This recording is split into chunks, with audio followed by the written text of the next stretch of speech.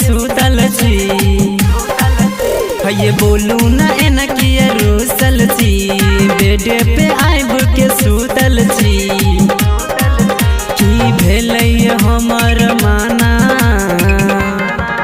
छूटै छै पसेना गरमी से पियाजी डोला बुन बेना छूटै छै पसेना गरमी से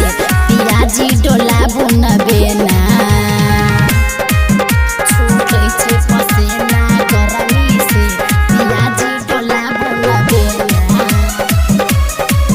छूटै छै पसेना गरमी से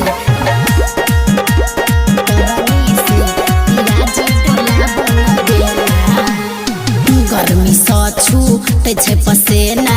पूरा बदन जाय भीजयो कुछ दिन रुकु न धनी किन देबो फ्रीजियो गर्मी स छूटे छै पसेना पूरा बदन जाय भीजयो कुछ दिन रुकु न धनी किन देबो फ्रीजियो अखन रुसु न फूलू नयना छूटै छै पसेना गरमी से पियाजी डोला बुन बेना छूटै छै पसेना गरमी से पियाजी डोला बुन बेना छूटै छै पसेना गरमी से पियाजी डोला बुन बेना छूटै छै पसेना गरमी से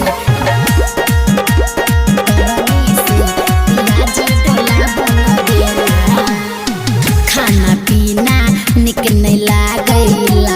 गरमी बेसियो शैलेंद्र सिराली से कह के धनी घर में लगा देब एसियो खाना पीना निक नहीं लागै गरमी बेसियो नीरज जीवन से कह के धनी घर में लगा देब एसियो सिंगर संतोष कहियो हमर सोना छूटै छै पसेना गरमी से पियाजी डोला बुन बेना छूटै छै पसेना